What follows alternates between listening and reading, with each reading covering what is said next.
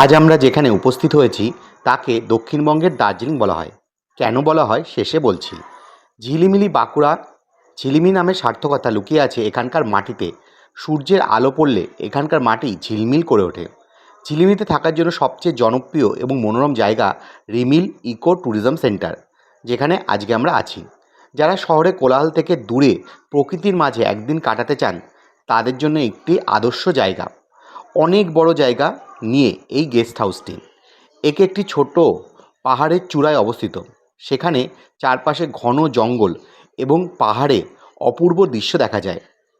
বাঁকুড়া জেলার দক্ষিণ প্রান্তে অবস্থিত ঝিলিমিলি দক্ষিণবঙ্গের অন্যতম সুন্দর এক পর্যটন কেন্দ্র। ঘন জঙ্গল, পাহাড়, কংসাবতী নদীর মেলবন্ধনের জন্য একে দক্ষিণবঙ্গের দার্জিলিং বলা হয়। আজ আমরা যে রুমটায় ছিলাম সেই রুমটাতে আপনাদের নিয়ে যাচ্ছি। এটা 4 বেডের রুম। ভাড়া পড়েছিল প্রায় 5,500 টাকা।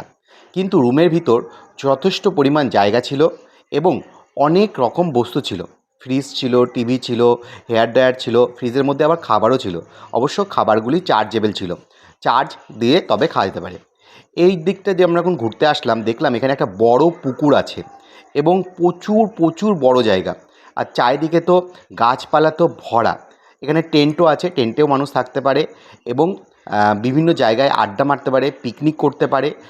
অনেক অনেক বড় জায়গা, দেখে বেশ ভালো লেগেছে। প্রকৃতির একদম কাছে, মানুষের কাছে পৌঁছানোর জন্য জায়গাটা আমার খুব খুব পছন্দ হয়েছে। সবাইকে আমি রেকমেন্ডেশন করব যে এখানে একবার অন্তত যাওয়ার জন্য। তারপর এখানে দেখলাম বাচ্চাদের খেলার জন্য কিছু অ্যাক্টিভিটিও আছে, যেখানে আমার ছোটো ছেলে বড় ছেলে কিছুক্ষণ ধরে পার্কে খেলাধুলা করা শুরু করে দিল।